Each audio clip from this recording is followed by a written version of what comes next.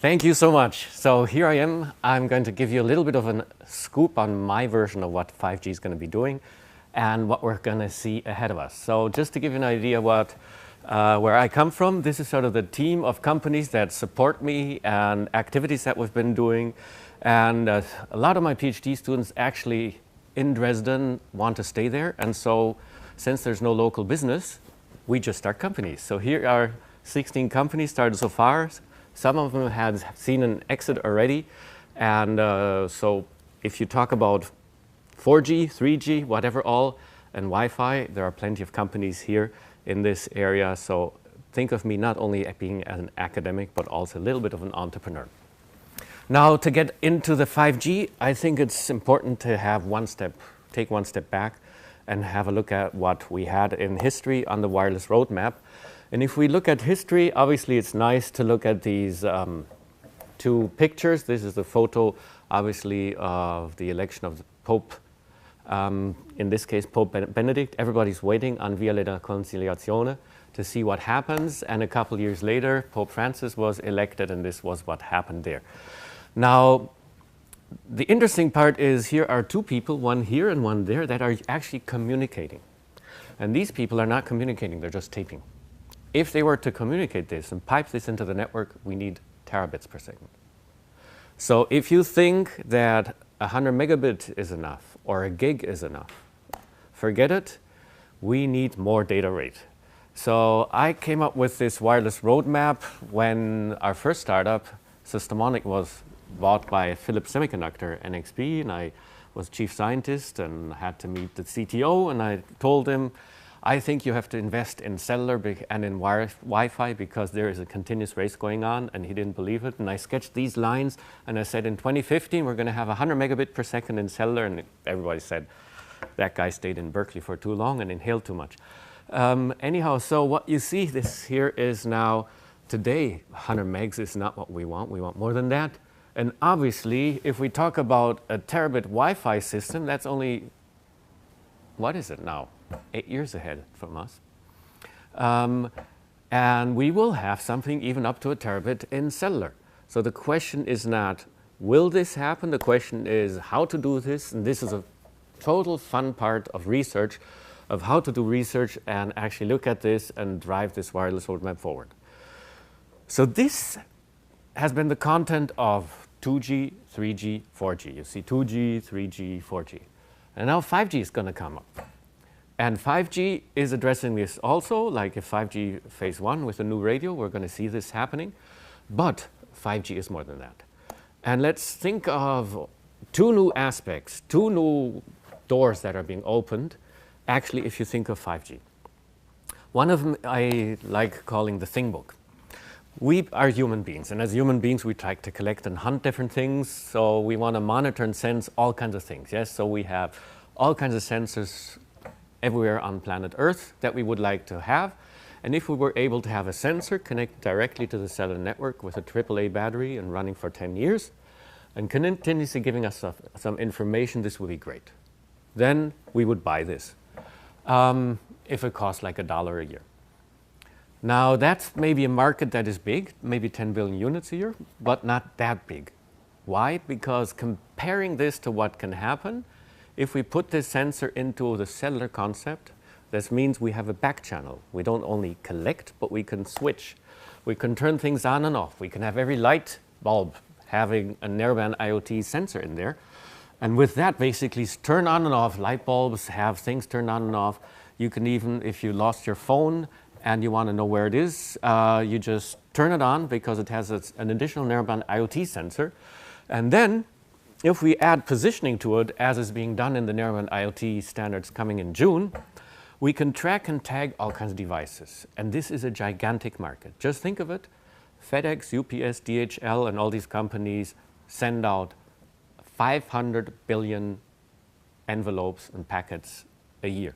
So this is about 1 trillion units a year that you can sort of start selling. This is huge.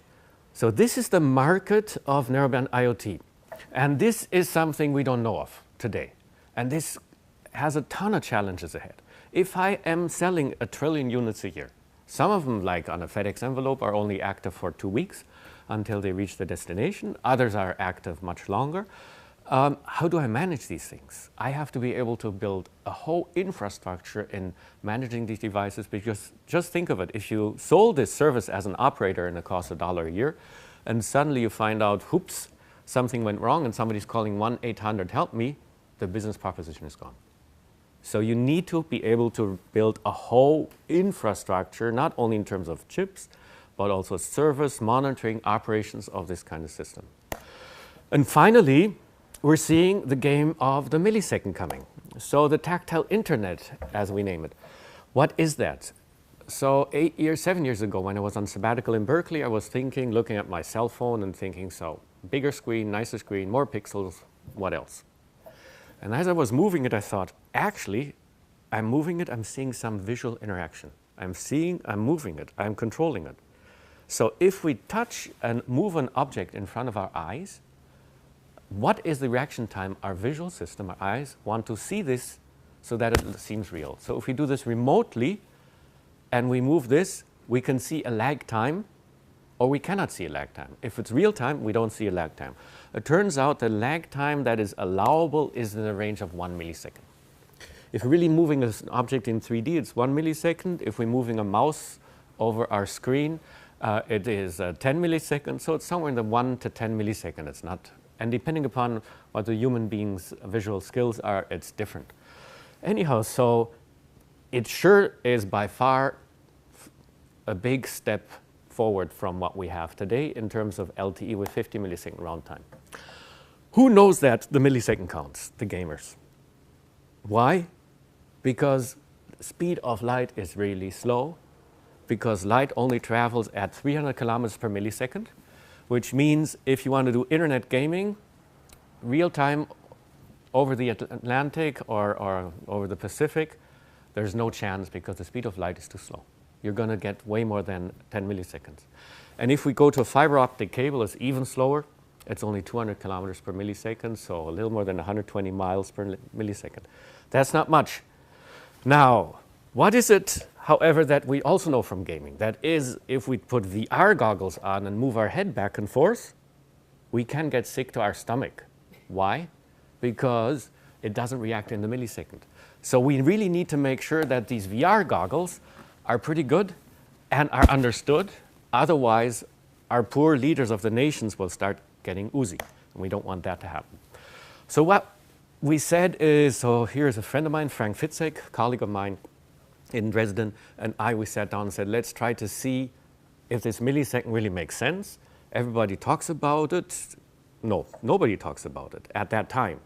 Today, everybody talks about it, but at that time, nobody talks about it, and so we said, let's build an experiment. So we say, take an Oculus, put 2 cameras on top, and so now we can set the delay time of what you see and what you get into a different mode. And you see here, this poor student is trying to catch the ball and is actually using his whole body. Now we crank up the latency to 150 to 200 milliseconds. And what you see is not very fair, because you see that this person is not really catching the ball. And why? Because if I throw an object, the speed of the object is about 1 centimeter per millisecond. And here you see at minimal lag time, the guy is catching the ball, but with about 10 centimeter displacement because of the 10 millisecond lag time. So it really is our natural human way of interacting with the network. And that is very interesting, because I think to make the network more human, it just has to be in the millisecond range. Obviously, that's the human side, which is interesting, so we can extend our skills. So some people talk about the Internet of Skills. We can do all kinds of things in terms of that, but it is not only about humans, the millisecond, it's also all over the place. It is if we start controlling robots. The robot actually should move at the speed of our motion, because if you move this robot with a remote control, it's really cumbersome. What we want to do is go in there with a humanoid robot and control it. We want to see what the robot sees with VR goggles. We want to control the object and actually run it as it sees. And finally, if we then go to the millisecond in factory automation, it's happening today already. It's there because these robots are actually controlled in the millisecond range. Why is that? They have about 1.50 meter dimension. So if two robots pick up jointly an object, they want to have a smooth motion and not jittering and jerking around and getting sort of Parkinson, right? Self-resonation system there. And to counter any self-resonance built up, you have to sample 10 times per period, and that's why in control, everything is in a millisecond. So getting rid of the cables is big because that is one of the big expenses in running a factory, because these cables break and you always have to replace them. Getting power there is not the issue. But once you have a wirelessly connected robot, you can actually have a mobile whizzing on the factory ceiling and factory floor, picking up the pieces in time, on time, and actually do an in-time manufacturing of an individualized product. So what is the future of shopping? You go to a store, you don't see what you have on, you see something else. When you move, it should be reacting in a millisecond time frame, obviously the virtual mirror. Then you can feel different fabrics, you choose whatever you want, you push, I want this. We need a design assistant to help us, so very great job opportunity for artistically inclined people. Then it's manufactured individually in this individualized manufacturing plant, send off, and we get it back. And this is a complete new way of going to boutique stores and boutique design systems. Finally, I want to touch a little bit on the automotive side, just to give you an idea that the millisecond plays a role in automotive. Where could it play a role tomorrow already? That is, if you're the green car and you want to know if there's an orange car coming because you would like to pass the two slow cars in front of you. Obviously, what can we do? All cars these days more or less have cameras built inside, so we could actually connect these cameras, have a rendering system to give it a bird's eye view, render this together with the Apple Maps or Google Maps database, and then, based on that, actually calculate a bird's eye view in real time of what's happening, and just put this in your heads-up display. And then as you're driving, you're seeing actually in real time if a kid is running into the street, if some object is in the way. Just think of this added level of security. Now, there is a millisecond in the cars today already, which you see in this experiment. Here are two completely identical cars. The left car has electronic stability control, the right one does not. Exact identical cars, different brands, but same car. This is by the German equivalent of the AAA, ADAC, a test done there. So what we see is to actually stabilize a car, we need this control loop between the wheels. Why is it 2 milliseconds? Because the wheels are about 3 meters apart, resonance frequency is 50 hertz, and as I said, 10 times sampling per period, so that gives us then the 2 millisecond reaction time. If we now go to the next level and want to build platoons of cars, we have to get this 2 millisecond reaction time into the platoons. So we have to connect the electronic stability control and the whole motion control, not only of one car, but of all cars. In a car-to-car scenario, this is an n-square problem of connectivity. Or we have an infrastructure that takes care of that. Once we have an infrastructure, we can do all kinds of crazy things. Anyhow, so Bosch gave us this thing that there is an issue coming up, and we didn't know this, so we set up this experiment here with Lego Mindstorms. Kids from 9th grade kids that spend 2 weeks at our labs in Dresden, at the 5G lab in Dresden, they put this together, and so they're tracking this black line, they're keeping a constant distance. What you don't see is that they're at the border of chaos. Because what happens is one car is actually accelerating, slowing down, accelerating, slowing down, and the second one, the third one as well, to keep a constant distance. If you have more than 3 cars doing this, you see this jerkiness, you see a chaotic system happening. And this is the reason why if cars on a freeway are too close to each other and the car in front of you is stopping while you are actually accelerating, you overreact. And if the car behind you is also starting to overreact, you get a spontaneous traffic jam. And obviously, we want to get rid of these spontaneous traffic jams because we want to get rid of traffic lights altogether. We want to have cars whiz and crisscross over intersections. We want our personal bubble to be turned on so that we as a human just can cross the street and we are guaranteed nothing has happened. And obviously, even the frog with a 5G modem is going to be a happy camper. So with this in mind, I can show you here a demo that we had last year at Mobile World Congress where we had this in action, and you see this car stops and everything is really nice with 2 base stations and the mobile edge cloud actually controlling these cars. This is the future. Now, if we look and take this one step further, obviously we take this into verticals, and this is the only vertical I want to touch and then finish, which is precision farming. In precision farming, what we want to do is we want to increase the productivity of farming on planet Earth by a factor 2 if possible, to really make sure that everybody is happy. So we need drones flying around to scan the field to make sure that no deer is hiding there and is going to be hopefully not chopped up by this machine. Everything is completely controlled, because then you can compact the soil at the same pot where you compacted last year. You can increase the productivity of the other soil. And it's a big challenge, and we went out into the field, and here's some videos of our measurement on a tractor to see if this really can work and if we can actually have these latencies and delay times in the field to operate these kind of systems, and these tractors at 2.5 centimeter at 1 inch precision.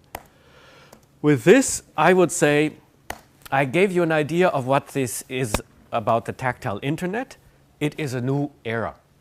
If you think cordless telephony was it, when I lived in the States in the early 90s, everybody thought cordless is it, and that's about what we need. But cellular, actually making sure that we can initiate a call anywhere and reach anybody anywhere, and not only when they're close to a base station, is the killer app of wireless communication of cellular. So this is now happening, and we're taking it to the Internet of Things. With the tactile internet, we're going to do the exact same thing for remote controls. Today, a remote control is a point-to-point. Doing this via an infrastructure can make sure that drones, cars, whatever, fly along routes that are safe. And this is revolutionizing all these different industries. So we're at the doorstep of another 30 years ahead of us of revolution. With this, I would like to thank you for listening, and I hope I gave you a little bit of an idea. So 5G is really exciting. It's about data rates, it's about massive Internet of Things, and it's about the tactile internet. And the 2 new game changers are massive IoT and tactile internet, building the infrastructure for remote controls. And with this, we have a happy 30 years ahead of us. Thank you.